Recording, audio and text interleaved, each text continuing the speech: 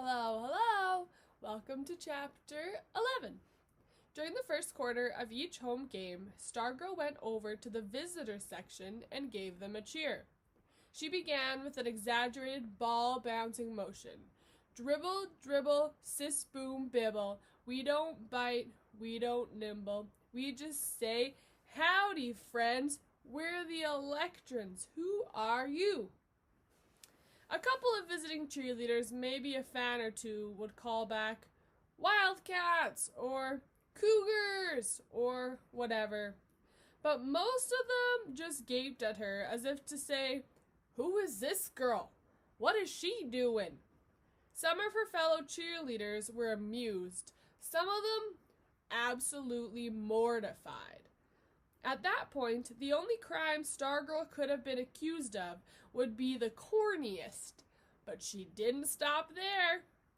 She cheered whenever the ball went into the basket, regardless of which team shot it. It was the strangest sight. The other team scores, her team scores. She sits glumly on their hands while Stargirl alone pops up cheering. At first, the other cheerleaders tried to suppress her. It was like trying to calm down a puppy. When they gave her the pleated skirt, they made a cheerleader they never even imagined. She did not limit herself to basketball games. She cheered anyone, anything, anytime. She cheered big things like honors, election winners, but she gave most of her attention to the little things. You never knew when it would happen. Maybe you were a little ninth grader nobody named Eddie. As you were walking down the hall, you seen a candy wrapper on the floor. You pick it up and throw it in the nearest trash can, and suddenly, there she is. In front of you, pumping her arms, her honey hair and freckles flying, swallowing you whole with those enormous eyes, belting out a cheer as she is making up on the spot. Something about Eddie and the trash can teaming up to wipe out litter. A mob is gathering, clapping hands in rhythm. More eyes on you than all the previous days of your life combined. You feel foolish, exposed, and silly. You want to follow the candy wrapper into the trash can with it. It's the most painful thing that's ever happened to you. Your brain keeps squirting out a single thought. This is the end. This is the end. And so, when she finally finishes and her freckles set back onto the bridge of her nose, why don't you? Why don't you just jump in the trash can? Because they're clapping for you. That's why. And whoever heard of crying when they're clapping for you? And they're smiling at you. People who had never saw you before are smiling at you and slapping your back and pumping your hand, and suddenly it seems like the whole world is calling your name. And you're feeling so good, you could pretty much just float on home from school. And when you go to bed that night, the last thing you see before you zonk out are those eyes. The last thing on your face is a smile. Or maybe you showed up at school with really unusual earrings, or you aced a test, or you broke your arm, or you got your braces off. Or maybe you weren't even a person. Maybe you were drawing on the wall done by an art student, or a really neat looking bug out by the bike rack. We wagged our heads and agreed what a goofy girl this was, maybe even officially crazy. But we walked away smiling and maybe not saying all the things we were thinking. It felt good to get credit for things.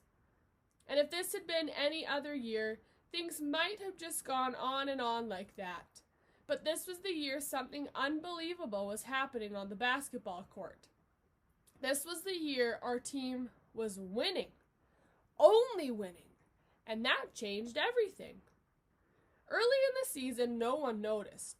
Except for girls' tennis, we had never been good at anything. We expected to lose.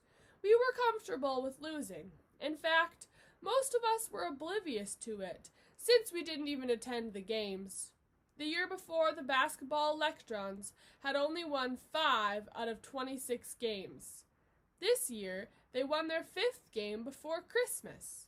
By early January, they had won the 10th, and people began to notice that there was still a 0 in the loss column. "Undefeated!" blared a sign on the plywood roadrunner. Some said we were winning by accident. Some said the other teams were simply more rotten than we were. Some thought the sign was a joke. One thing was certain: attendance went up. By the start of February, the winning streak had reached 16, and there wasn't an empty seat in the whole gym.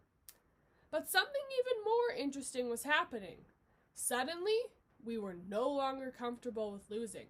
In fact, we forgot how to lose. The transformation was stunning in its speed. There was no apprenticeship period, no learning curve. No one had to teach us how to be winners. One day we were bored, indifferent, satisfied losers. The next day we were rabid fanatics, stomping in the grandstands, painting our faces green and white, doing the wave as if we'd been perfecting it for years. We fell in love with our team. When we spoke of it, we used the word we instead of they. The leading scorer, Brent Ardsley, seemed to have a golden glow about him as he moved through the school. The more we loved our team, the more we hated the opposition. We used to envy them. We even applauded them to spite our own helpless teams. Now, we detested the opposition and everything about them. Their uniforms? No. Their coaches and fans? No. We hated them because they were trying to spoil our perfect season. We resented every point scored against us, and how dare they celebrate? We began to boo. It was our first experience as booers, but you'd have thought we were veterans. We booed the other teams, we booed the coaches, we booed the fans, the referees, whatever threatened our perfect season, we booed it. We even booed the scoreboard. We hated games that went down to the wire. We hated suspense. We loved games that were decided in the first 5 minutes. We wanted more than victories. We wanted massacres. The only score we would have been totally happy with would have been 100-0.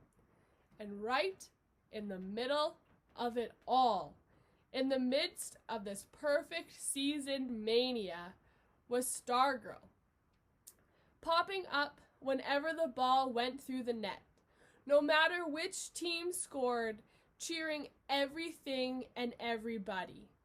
It was sometime in January when calls started flying from the stands.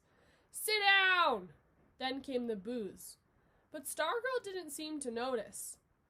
All of the unusual features of Stargirl, this struck me as the most remarkable. Bad things did not stick to her.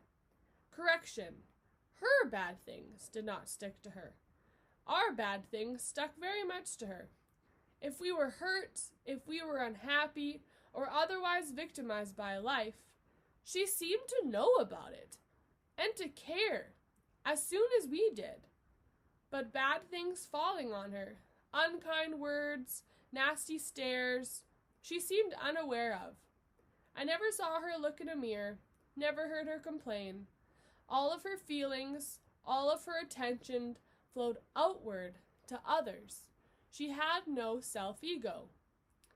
The 19th game of the basketball season we played at Red Rock. In previous years, cheerleaders had outnumbered Mika fans at away games. Not anymore. The convoy rolling across the desert that evening stretched for a couple of miles. By the time we were seated, there was barely room for the home team fans. It was the worst slaughter of the year. Red Rock was helpless.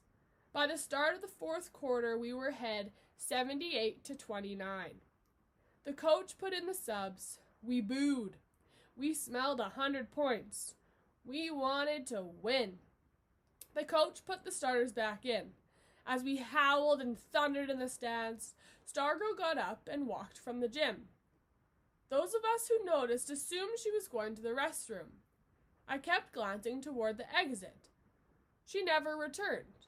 With 5 seconds left in the game, the Electrons scored the 100th point. We went nuts. Stargirl had been outside the whole time chatting with the bus driver. The other cheerleaders asked her why she left. She said that she had felt sorry for the Red Rock players. She felt her cheering was only making the winning worse. Such games were no fun, she said. Your job isn't to have fun, they told her. Your job is to cheer for Mika High no matter what. She just stared at them. The team and the cheerleaders rode the same bus. When the players came out from the locker room, the cheerleaders told them what had happened. They devised a trick. They told Stargirl that someone had forgotten something in the gym, and would she please go get it. With Stargirl gone, they told the bus driver that everyone was aboard, and the bus made the 2-hour return trip without her. Red Rock custodian drove her home that night. The next day in school, the cheerleaders told her it was all a big misunderstanding and acted as if they were sorry. She believed them. The next day was February 13th, the hot seat. Ooh. See you next time, and we'll read about how the hot seat went. Have a lovely day.